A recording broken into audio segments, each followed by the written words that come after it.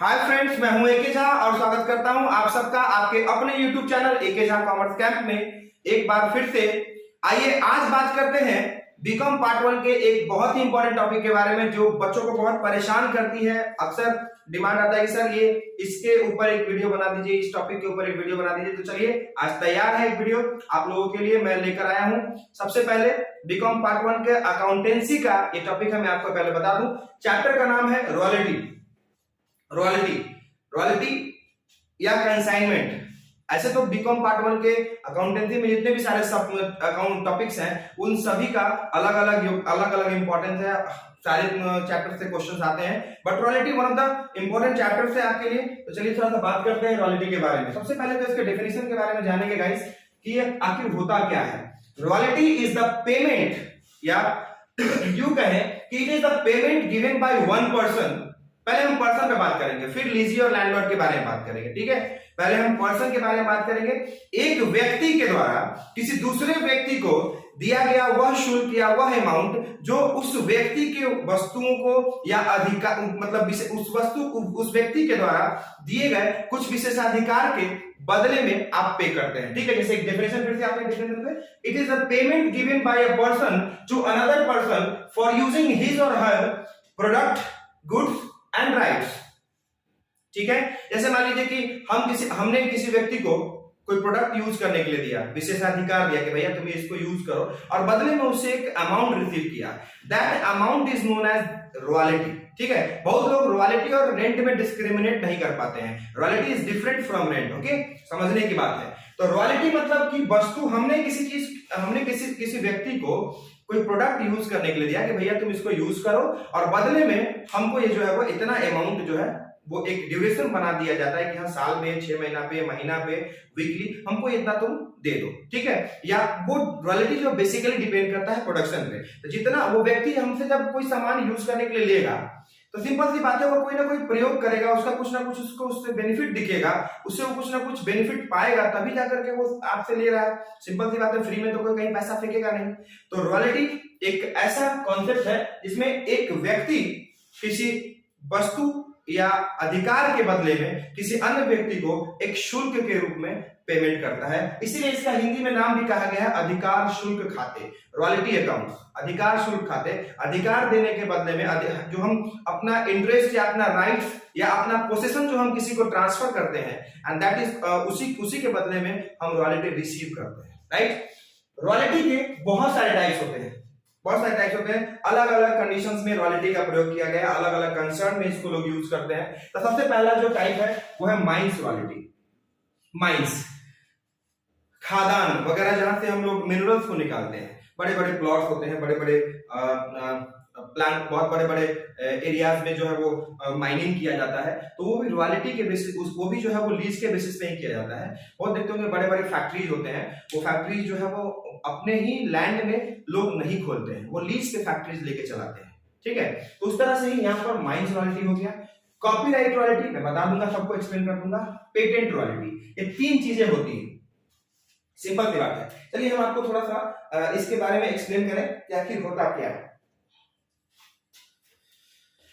आइए दोस्तों, पहला तो है माइंस रॉयल्टी। इसमें क्या होता है कि एक बंदा है, उसने अपना माइंस, उसके पास एक बड़ा मतलब एरिया है जहां पे मतलब पता चला कि यहाँ पे माइंस है, यहाँ पे मतलब कोल होगा या आयरन होगा या जो भी मिनरल्स बहुत सारे होते हैं, तो उसमें से कोई भी मिनरल्स वहां पाया गया। तो उस व्यक्ति ने जो माइनिंग करने वाली कंपनी है उसको बोला कि भैया आप इसको निकालिए और इसका कुछ हिस्सा हमको दीजिए, ठीक है, एज रॉयल्टी। मतलब वो माइनिंग कंपनी ही वहां माइनिंग का काम करेगी, और वो लैंडलॉर्ड जो है जिसका वो लैंड है वो उसको थोड़ा सा एक हिस्सा प्रोडक्शन के बेसिस पे, आउटपुट के बेसिस पे कुछ हिस्सा उस लैंडलॉर्ड को मिल जाएगा। This is called mines royalty, ठीक है। आप दूसरा होता है कॉपीराइट रॉयल्टी। जैसे मान लीजिए कि हमारे पास कोई मैंने मान लीजिए कैलकुलेटर में एक ऑथर है, उसने एक बुक लिखा, ठीक है। तो वो ऑथर जो है उसने बुक लिखा, तो जो पब्लिकेशन जो है या जो पब्लिकेशन करने वाली जो कंपनी होती है वो उस बुक को छापेगी। जितना यूनिट छापेगी पर यूनिट वो कुछ अमाउंट जो है वो उस ऑथर के पास पहुंचाती है पर यूनिट, वही पर यूनिट रॉयल्टी कहलाता है। जितने यूनिट्स का छपाई होगा उस हिसाब से वो कॉपीराइट रॉयल्टी जो है वो उस ऑथर के पास पहुंचेगा। ये तो एक सिंपल सा एग्जांपल है कॉपीराइट के लिए। कॉपीराइट बहुत सारी चीजों पे होता है, सिर्फ बुक्स और पब्लिकेशन से रिलेटेड ही नहीं होता, बहुत सारी चीजें होती है। तीसरा है पेटेंट रॉयल्टी। जैसे मान लीजिए कि किसी साइंटिस्ट ने कोई नया चीज इन्वेंट किया, ठीक है, तो जब तक वो चीजें बनती रहेंगी तब तक उस साइंटिस्ट को उस पर एक विशेषाधिकार मिलता रहेगा। जो कंपनी उस आइडिया को, उस मॉडल को, उस प्रोडक्ट को बनाएगी, उस तरह के प्रोडक्ट को बनाएगी, तो उस कंपनी को उस साइंटिस्ट के यहाँ या उस इन्वेंशन करने वाले व्यक्ति के पास उसका एक हिस्सा रॉयल्टी के रूप में पहुंचाना पड़ता है। ठीक है, ये समझ गए होंगे। मुझे लगता है कि आप तीनों को समझ गए होंगे। वीडियो अगर एक बार में समझ नहीं आया तो उसको फिर से आप रिपीट करके देख सकते हैं, आप ही के लिए बनाया जा रहा है। ठीक है, अब सर एक चीज बताइए कि सर बीकॉम पार्ट 1 में जो पढ़ना है, हमको जो सिलेबस में पढ़ना है वो किस टाइप के रॉयल्टी के बारे में पढ़ना है। तो सबसे पहला जो टाइप है वो है माइंस रॉयल्टी, इसी के बारे में हमको पढ़ना है। आप सिलेबस में देखेंगे तो फर्स्ट क्लास क्लियर तरीके से लिखा हुआ है कि रॉयल्टी अकाउंट, ब्रैकेट में लिखा हुआ है माइंस ओनली, यहाँ पर ओनली लिखा हुआ है। ठीक है, सिर्फ माइंस के बारे में आपको पढ़ना है। Copyright royalty and patent royalty book में आपके क्वेश्चंस तीनों से होंगे, लेकिन पढ़ना आपको सिलेबस में सिर्फ माइंस के बारे में। ठीक है, तो हम लोग सिर्फ माइंस के बारे में डिस्कस करते हैं। ठीक है, चलिए आगे बढ़ते हैं। साइड्स या aspects involved in royalty. Royalty में कौन कौन से साइड्स हैं जो माइंस रॉयल्टी के अंदर इन्वॉल्व होते हैं। अगर मान लीजिए कि हम कॉपीराइट रॉयल्टी की बात करते हैं तो यहाँ पर ऑथर और पब्लिकेशन होगा। ठीक है, यहाँ पर अगर मान लीजिए पेटेंट रॉयल्टी की बात करते हैं तो यहाँ भी साइंटिस्ट और मैन्युफैक्चरिंग कंपनी होगा। ठीक है, और यहाँ पर माइंस रॉयल्टी में क्या होता है, लैंडलॉर्ड होते हैं और निजी होते हैं। ठीक है, लैंडलॉर्ड मतलब भूस्वामी, जिसका वो भूमि है, और लीजी जिसने उस जमीन को लीज पर लेकर के मायने का काम शुरू किया है। ठीक है, चलिए आई थिंक आपको समझ में आ रहा होगा और आगे बढ़ते हैं। टर्म्स जो है इस रॉयल्टी अकाउंट में कुछ टर्म्स इन्वॉल्व होते हैं। ठीक है, वो टर्म्स क्या क्या है सबसे पहले देखिए। जो कंपनी होती है, जो लैंडलॉर्ड होते हैं, लैंडलॉर्ड अपने लैंड को उस माइनिंग कंपनी को प्रोडक्शन के लिए देते हैं, उत्पादन के लिए देते हैं कि यहाँ से भैया आप जो है वो कोयला या जो भी माइंस है वो आप निकालिए और उसका उत्पादन होगा, प्रोडक्शन होगा, आउटपुट होगा, उस पर हमको आप एक फिक्स रेट से जो है रॉयल्टी दे दीजिएगा। ठीक है, ये लैंडलॉर्ड का कहना होता है। तो जो प्रोडक्शन होता है पर ईयर, उसी को हम लोग आउटपुट बोलते हैं। क्या बोलते हैं, जो प्रोडक्शन होता है पर ईयर मतलब साल में एक बार, या जो भी एक फिक्स पीरियड जो हम मतलब एग्रीमेंट बना है। जाहिर सी बात है कोई भी चीज एग्रीमेंट के बेसिस पे ही होगा। तो एग्रीमेंट बना है कि भैया तुम 6 महीना पे हमको रॉयल्टी दोगे, या 3 महीना पे दोगे, कि 1 महीना पे दोगे, कि साल भर पे दोगे। तो जो एक ड्यूरेशन है, उस ड्यूरेशन के दौरान जितना भी प्रोडक्शन हुआ है उसको हम लोग आउटपुट बोलते हैं। क्या बोलते हैं गाइस, आउटपुट। दूसरा है रॉयल्टी, उस आउटपुट पर एक फिक्स्ड रेट से 1 रुपए पर टन हो गया, 2 रुपीज पर टन हो गया, या 0.50 रुपीज पर टन यानी 50 पैसा पर टन हो गया, मतलब टन के बेसिस पर या केजी के बेसिस पर, या जो भी है जिस तरह से हमारा उसका एग्रीमेंट बना है उस हिसाब से हम रॉयल्टी फिक्स कर लेंगे। जैसे मान लीजिए कि 1000 टन उत्पादन हुआ फर्स्ट ईयर में, 1000 टन। अब बोला है कि 1 रुपया पर टन जो है वो रॉयल्टी है, रॉयल्टी का रेट है 1 रुपया पर टन, तो 1000 रुपया हो गया रॉयल्टी। ठीक है, रॉयल्टी 1000 रुपया हो गया। समझ रहे बात, सिंपल सी बात है। 1 रुपया पर टन अगर रॉयल्टी बोला तो आउटपुट जो है वो टन्स में है, यानी टन में उत्पादन हुआ है, और रॉयल्टी जो है वो 1 रुपया पर टन के हिसाब से है। बहुत अच्छा, आगे है मिनिमम रेट। अब देखिए होता क्या है, यहां पर एक पेच आके फंस जाता है कि लैंडलॉर्ड कहता है कि भैया देखो हमको तुमको क्या उत्पादन हुआ उससे मतलब नहीं है, ज्यादा उत्पादन होगा तो ठीक है, कम उत्पादन होगा तो हम रिस्क नहीं लेंगे, हमको एक फिक्स आमदनी का फिक्स जो है वो अमाउंट बांध दो कि इससे कम तुम हमको नहीं दोगे, उतना रुपया हमको चाहिए मिनिमम हर साल। ठीक है, तो लैंडलॉर्ड को लीजी बोलता है कि ठीक है सर बोलिए कितना चाहिए। तो मान लीजिए कि लैंडलॉर्ड ने कहा कि भैया देखो हमको कम से कम 10,000 रुपया पर एनम चाहिए, इससे कम में हम तुमको माइंस नहीं देंगे। ठीक है, ये मिनिमम रेट हो गया, ये फिक्स हो गया। अब कहेंगे सर कि क्या मिनिमम रेट से ही लैंडलॉर्ड मान जाता है? बिल्कुल, लेकिन अगर कभी कभी क्या होता है कि रॉयल्टी कम हो जाता है, लैंडलॉर्ड को जो हम रॉयल्टी देते हैं वो रॉयल्टी मिनिमम रेट से कम होता है, उस केस में जो लैंडलॉर्ड होता है वो प्रीफर करेगा कि भैया हमको मिनिमम रेट दो। अभी तो पेज फंस गया। प्रोडक्शन तो हम 10,000 के बराबर का किए ही नहीं, रॉयल्टी तो 10,000 के बराबर का हमने किया ही नहीं। तो भैया हमारा जो मिनिमम रेंट है या डेड रेंट या नॉमिनल रेंट, ये जो एग्रीमेंट में हम लोग ने बनाया लैंडलॉर्ड के साथ, ये 10,000 रुपया हमको हर हाल में देना होगा। 9,000 रुपया हमको पॉकेट से लेकर लैंडलॉर्ड को देना होगा। ठीक है, अब देखिए कभी कभी सर मान लीजिए कि सर किसी साल 12,000 टन आउटपुट हो गया, तब सर तो 12,000 टन आउटपुट हो गया तो 1 रुपया पर टन के हिसाब से 12,000 रुपया रॉयल्टी हो जाता है। समझ रहे ना बात? तो उस कंडीशन में लैंडलॉर्ड जो है वो क्या 10,000 से मान जाएगा? नहीं, वो 12,000 रुपया लेगा। लैंडलॉर्ड का कहना एक ही चीज है कि भैया मिनिमम रेट और रॉयल्टी में से जो ज्यादा होगा हम वो लेंगे। वीडियो को बहुत शांति तरीके से देखिएगा, बहुत इंपॉर्टेंट टॉपिक एक्सप्लेन कर रहा हूं आप लोगों को। और अगर फिर भी कोई दिक्कत हो, कोई तरह की परेशानी हो तो कमेंट बॉक्स में जाकर कमेंट जरूर करें, उसके ऊपर बिल्कुल विचार किया जाएगा। तो मिनिमम रेंट जो है या रॉयल्टी जो है, इन दोनों में से जो ज्यादा होता है लैंडलॉर्ड हमेशा वही प्रेफर करता है। उससे कोई मतलब नहीं है कि कितना क्या है, उसे बस उसको देखना है कि या तो मिनिमम रेंट ज्यादा हो या रॉयल्टी ज्यादा हो, जो ज्यादा होगा वो वही लेता है, लैंडलॉर्ड वही प्रेफर करेगा। बात समझ रहे हैं? नेक्स्ट है शॉर्ट वर्किंग। अभी जैसे मैंने आपको कहा कि उस व्यक्ति ने 10,000 रुपया हमसे लिया और हमारा उसके हिस्से का रॉयल्टी जो निकल गया वो कितना निकल के आया? 1,000 रुपया, क्योंकि उसने कहा था कि 1 रुपया पर टन हमको रॉयल्टी दीजिएगा और मिनिमम रेट हमको 10,000 दीजिएगा। ठीक है, जिस साल हमारा 10,000 रुपया के बराबर का उत्पादन रॉयल्टी नहीं हो पाया तो हमको 9,000 रुपया यहाँ पर शॉर्ट वर्किंग हो गया। फर्स्ट ईयर में हमारे जेब से 9,000 चला गया। जितना कम कार्य होगा उसको शॉर्ट वर्किंग कहेंगे, हिंदी में इसको लघु कार्य कहते हैं। क्या कहते हैं? लघु कार्य, मतलब उतना से कम काम हुआ। अगर रॉयल्टी अगर आउटपुट 10,000 टन हुआ होता तो 1 रुपया पर टन के हिसाब से 10,000 रॉयल्टी हो गया होता, तो ना हमको शॉर्ट वर्किंग होता ना सरप्लस होता। ठीक है, अब आगे बढ़ते हैं। अब क्या होता है कि सर ये तो हो गया शॉर्ट वर्किंग तक का काम, यहां तक आपको समझ में आ रहा होगा मुझे जहां तक उम्मीद है। सरप्लस सर क्या होता है? कई बार मैंने कहा ना कि अभी जैसे मान लीजिए कि लैंडलॉर्ड जो है वो किसी साल आउटपुट हो गया 15,000 टन। ठीक है, ठीक है गाइस, तो रॉयल्टी भी 1 रुपए के हिसाब से 15,000 रुपया हो गया। ठीक, इसमें कोई शक नहीं। तीसरा, मिनिमम रेंट जो है वो लैंडलॉर्ड ने क्या फिक्स करा है भाई? मिनिमम रेट चेंज भी हो सकता है, अप डाउन भी होता है, कई बार एग्रीमेंट में छेड़छाड़ भी किया जाता है बीच में। ठीक है, तो मिनिमम रेट जो है वो 10,000 रुपया हो गया।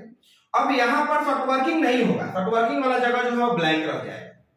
ठीक है, तीसरा पॉइंट, उसके बाद है आपका सरप्लस। तो भैया इसमें जो है मिनिमम रेट जो है वो कम है और रॉयल्टी ज्यादा है, तो 5,000 रुपया जो है ना वो सरप्लस कहलाएगा। क्या कहलाएगा? सरप्लस कहलाएगा। बात समझिएगा। अब फिर हम इधर आते हैं पिछले साल पर, ये तो सेकेंड ईयर का बात कर रहा है, पिछले साल पे आते हैं। तो मान लीजिए कि 9,000 रुपया जो है आपका शॉर्ट वर्किंग हो गया फर्स्ट ईयर में और सरप्लस कुछ नहीं है। ध्यान रखेंगे एक चीज का, या तो आपको शॉर्ट वर्किंग होगा या सरप्लस होगा। जैसे यहाँ पर शॉर्ट वर्किंग के नाम पे कुछ नहीं है, उस तरह से यहाँ सरप्लस के नाम पे कुछ नहीं है, दोनों में से कुछ एक ही होगा। आपको ये बात का पूरा ध्यान रखिएगा। उसके बाद है आपका short working recouped. Short working recouped, recouped का मतलब होता है वो शॉर्ट वर्किंग जो अभी रिकूप हो गया। रिकूप करने का देखो इसमें क्या होता है कि लैंडलॉर्ड कहता है कि आपके पास, लैंडलॉर्ड कहता है लीजी को कि you have the rights to recoup the short working within इतना दिन या इतना महीना या इतना साल। ठीक है, लैंडलॉर्ड कहता है लीजी को कि भाई तुमको 3 साल में शॉर्ट वर्किंग रिकूप कर लेना है। 3 साल में कर लो, 2 साल में कर लो, आने वाले 2 साल में कर लो, या लैंडलॉर्ड के ऊपर और एग्रीमेंट के ऊपर डिपेंड करता है कि वो शॉर्ट वर्किंग रिकूप करेगा या नहीं करेगा। ठीक है, तो अगर लैंडलॉर्ड ने कहा है कि तुम अगले 2 साल तक रिकूप कर सकते हो तो अगले साल दूसरे साल हम रिकूप कर लेंगे। लेकिन अगर शॉर्ट वर्किंग रिकूप करने के लिए लैंडलॉर्ड नहीं बोला है तो हम रिकूप नहीं करेंगे। तो मान लीजिए कि यहाँ पर अगले साल हमारे पास 5,000 रुपया सरप्लस है। ये सरप्लस जो है ये शॉर्ट वर्किंग्स को रिकूप करने के लिए होता है। ठीक है, तो मान लीजिए कि हमारे पास शॉर्ट वर्किंग था 9,000, उसमें से हम 5,000 रुपया जो है वो सर रिकूप कर लिए। 9,000 में से 5,000 हम रिकूप कर लिए। ठीक है, अब इस साल में रिकूप नहीं हो पाया, इस साल तो शॉर्ट वर्किंग होगा तो रिकूप कहां से कर पाएंगे? शॉर्ट वर्किंग होगा तो सरप्लस या शॉर्ट वर्किंग रिकूप नहीं होगा, या तो शॉर्ट वर्किंग होगा तो दोनों नहीं होगा, शॉर्ट वर्किंग और शॉर्ट वर्किंग सरप्लस या शॉर्ट वर्किंग रिकूप नहीं होगा। और दूसरी तरफ अगर सरप्लस होगा तो उसे आप रिकूप भी कर सकते हैं। दूसरा पॉइंट, फर्स्ट ईयर में लैंडलॉर्ड हमसे कितना लेगा? 1,000 या 10,000? 10,000 लेगा। सिंपल सी बात है, मैंने पहले ही कहा कि रॉयल्टी या मिनिमम रेंट में से जो ज्यादा होगा वही लैंडलॉर्ड लेता है। उसके बाद है इस साल में अनरिकूप शॉर्ट वर्किंग प्रॉफिट लॉस में ट्रांसफर नहीं होगा, क्योंकि बोला है भैया आने वाले 2 साल तक आपके पास में समय है कि आप शॉर्ट वर्किंग को रिकूप कर सकते हैं। ये एनालिटिकल टेबल का एक छोटा सा एक्सप्लेनेशन मेरे द्वारा, ठीक है, समझिएगा। अब क्या कहता है, दूसरे साल अब फर्स्ट ईयर में समझ लीजिए 1000 टन आउटपुट हुआ, 1000 रुपया रॉयल्टी हुआ, लेकिन मकान जो जमीन का मालिक था वो बोला कि हम 10,000 से कम में नहीं मानेंगे, चूंकि हम फिक्स किए थे 10,000। तो शॉर्ट वर्किंग अपने जेब से 9,000 लेके देना पड़ा उसको। सरप्लस 1 रुपया नहीं था, शॉर्ट वर्किंग 1 रुपया बुक नहीं हो पाया, लैंडलॉर्ड 10,000 रुपया लेके माना और पीएल में कुछ ट्रांसफर नहीं हुआ। फर्स्ट ईयर का ये क्लोज हो गया। दूसरे साल क्या है कि 15,000 टन उत्पादन हुआ, 15,000 रॉयल्टी हो गया 1 रुपए के हिसाब से, 10,000 रुपया जो है वो मिनिमम रेट था, तो शॉर्ट वर्किंग होने का चांस नहीं है क्योंकि इस बार ज्यादा उत्पादन हो गया है। तो ये 5,000 जो है वो सरप्लस है। क्या है? सरप्लस। अब लैंडलॉर्ड और लीजी के बीच में एक एग्रीमेंट होगा कि भैया, एग्रीमेंट रहा होगा कि भैया हम शॉर्ट वर्किंग को रिकूप करेंगे इतना दिन में। तो लैंडलॉर्ड ने कहा था कि देखो अगले 2 साल तक तुम रिकूप कर सकते हो, तुम प्रोडक्शन बढ़ाओ और अगले 2 साल में तुम रिकूप कर लो, ठीक है, तो तुम्हारे पास चांस है। तो ये 5,000 सरप्लस जो आया, इससे जो है वो इस 9,000 में से 5,000 तो रिकूप कर लिए, ठीक है, 9,000 में से 5,000 रिकूप कर लिए। इस साल भी लैंडलॉर्ड को कितना मिला? 10,000। हम देना तो उसको 15,000 चाहिए था। अभी आपको मैंने बताया कि रॉयल्टी और मिनिमम रेंट में से जो ज्यादा होगा वही लैंडलॉर्ड लेगा, ठीक है। तो यहाँ पर जो रॉयल्टी है वो 15,000 और मिनिमम रेंट 10,000 है। तो जाहिर सी बात है आपके मन में चल रहा होगा कि सर 15,000 में देना है, लेकिन नहीं, लैंडलॉर्ड ने हमको अलाउ किया कि जाओ ये 5,000 तुम रिकूप कर लो, ठीक है। तो 5,000 हम रिकूप कर लिए, तो शॉर्ट वर्किंग रिकूप में चला गया 5,000, वही 10,000 रुपया लैंडलॉर्ड लेके मान गया। सेकेंड ईयर में भी उसको 10,000 मिला। और पीएल में ट्रांसफर अभी अमाउंट नहीं होगा क्योंकि अभी इसमें से 9,000 में से 5,000 रिकूप कर लिए, 4,000 अभी और रिकूप करना बाकी है और उसके लिए हमारे पास 1 साल और है। अगर उस 1 साल में वो 4,000 रुपया नहीं हो पाएगा रिकूप, तो हम उसको जो है वो पीएल में ट्रांसफर कर देंगे, ठीक है। तो ये हो गया लास्ट मंथ। इस साल पीएल में कुछ ट्रांसफर नहीं होगा, अनरिकूप short working transfer to PL में हम ट्रांसफर नहीं करेंगे, ठीक है। समझ में आया आप लोगों को? मैं इसको अच्छे से एक्सप्लेन करके एक बार फिर से नोट डाल देता हूँ यहाँ पे कि फर्स्ट ईयर सेकेंड ईयर क्या है, देख लीजिए आप लोग। पीछे का कुछ मिटाना पड़ेगा हमको, फिर आप लोग समझ में ज्यादा आएगा। देखिए ये मान लीजिए सेकेंड ईयर, ठीक है, और ये मान लीजिए आप फर्स्ट ईयर, ठीक है गाइस। तो फर्स्ट ईयर का जो शॉर्ट वर्किंग है सेकेंड ईयर में रिकूप करेंगे, थर्ड ईयर भी जा सकता है, फोर्थ ईयर भी जा सकता है, depends on the agreement, depends on the question कि क्वेश्चन में कितना साल का कहता है बनाने के लिए। तो मेरे हिसाब से आपका ये रॉयल्टी का एक, मेरे हिसाब से सबसे बेस्ट तरीके से एक्सप्लेनेशन आपको मैंने दिया है। आप इसको समझेंगे, जानेंगे, और अगर अच्छा लगेगा तो लाइक, सब्सक्राइब और शेयर जरूर करेंगे चैनल को, और जहां तक हो सके अपने मित्रों के पास, दोस्तों के पास वीडियो को शेयर करें ताकि वो भी देखें और वो भी लाभ उठाएं। और अगर आप चैनल पे नए हैं तो चैनल को सब्सक्राइब करके बेल आइकन को हिट कर दें ताकि आने वाले वीडियोस की जानकारी आप तक सबसे पहले पहुंचे। तब तक के लिए थैंक यू, बाय।